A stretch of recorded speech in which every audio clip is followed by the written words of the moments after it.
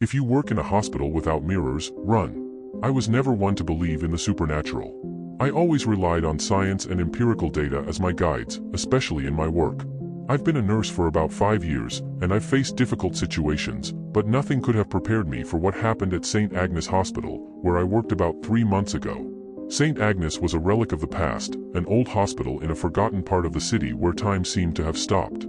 I didn't have many job options at the time and had some debts to pay, so I accepted the offer to work the night shift. The pay was good, and the work seemed straightforward. I expected just a few uneventful nights, but on my first day, I realized something was wrong. First of all, as I mentioned, it was a very old hospital, originally built as a kind of sanatorium for people with a rare dermatological condition known as Eagle syndrome. It's a little-known disease that requires an adapted lifestyle, including very low exposure to light. Because of this, the hospital had an oppressive atmosphere. The hallways were long, dark, and the lights flickered constantly. The decor, too, was eerie, wooden panels showing signs of age, and portraits of the hospital's founders and early staff that seemed straight out of a horror movie. It was almost as if their eyes followed you as you walked by. There was, of course, an absolute silence, broken only by the distant hum of some medical equipment. It felt like the building itself was alive, breathing in unison with its inhabitants. My first night was quiet, but I felt an inexplicable unease. There was something in the corridors, something I couldn't identify, but I knew it was there. I tried to convince myself it was just my imagination, but the more I tried to ignore it, the stronger that feeling became. Eventually, I distracted myself by organizing some supplies, convincing myself that it was just my mind adjusting to the night shift world. The only thing that really caught my attention was when I used the bathroom. I finished what I had to do and washed my hands, but when I went to check my reflection, there was no mirror. In the bathroom, in the corridors, in the nurses' stations, there wasn't a single mirror anywhere. I knew this was unusual, but I didn't want to seem paranoid, so I let it go. I just mentioned it to another nurse. "Oh, it's to avoid scaring the patients. They don't like mirrors much, and sometimes they can reflect light from somewhere." That was enough to convince me. In the second week, I was assigned to care for a particular patient. His condition was pitiful, his appearance was extremely pale, with sunken eyes. He had been rushed to the hospital, without identification, and was in a constant state of delirium. His eyes were glazed, and he murmured incomprehensible things, words I couldn't understand, but that caused me a deep sense of discomfort. While checking his vital signs, he suddenly became agitated, grabbing my arm with a strength I didn't expect from someone in his condition.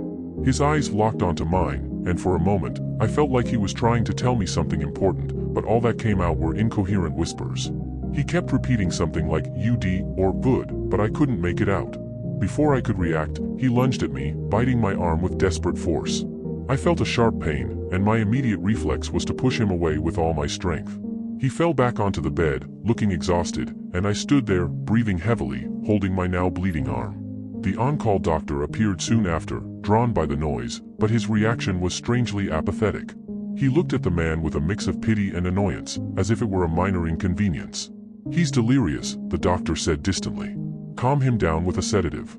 I wanted to question him, to say the patient needed more than just a sedative, but something in the doctor's look made me hesitate. I did as he asked and, after sedating the patient, retreated to the nurse's station, trying to push the incident out of my mind. That night, I couldn't sleep when I got home. The pain in my arm still throbbed, and the experience lingered in my mind, which was already a mess. But I needed to go back to work the next day. About 3 days later, the atmosphere in the hospital was even heavier. It was as if the air was charged with electricity, almost difficult to breathe. The corridors seemed even darker, and the silence deeper. I felt a constant presence, as if I were being watched, but every time I looked back, there was nothing. Just the cold, silent emptiness. During my shift, I decided to check on the patient who had bitten me the previous night. When I entered the room, I found him motionless, almost like a corpse. His skin was even paler, and his lips were stained crimson. The monitor next to the bed showed weak but present vital signs. However, what disturbed me the most was a seemingly trivial detail, the reflection on the steel tray I was holding. There was no reflection. The bed was there, the equipment was there, but the patient wasn't. Fear began to form in my stomach, rising to my throat. I tested it again, changing the tray's position, but the result was the same. My mind tried to rationalize it, but my instinct screamed that this was not natural, that I needed to get out of there as quickly as possible. I stood in shock for a few seconds, unable to process what I was seeing. Then, a cold hand touched my shoulder, and I almost screamed. It was one of the veteran nurses, with a neutral expression on her face. "Is everything okay?" she asked casually. I hesitated, but eventually nodded. I didn't know what to say, or if I should say anything at all. Everything felt so surreal, as if I were trapped in a nightmare. I decided to leave the room and continue my shift, trying to distract myself with the usual tasks.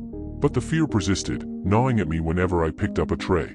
Later that night, while walking through the empty corridors, I heard voices. I followed the sound, finding a dimly lit room where a group of doctors and nurses were speaking in low voices. They had their backs to me, and I hid behind a slightly open door, listening. The words I heard chilled me to the bone. They were talking about me. They discussed how he had chosen the next victim, and that I was being prepared.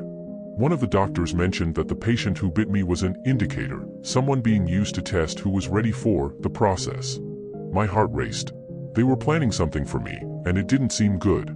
Before I could leave, a dark shadow passed by the door crack, and I felt a cold presence behind me.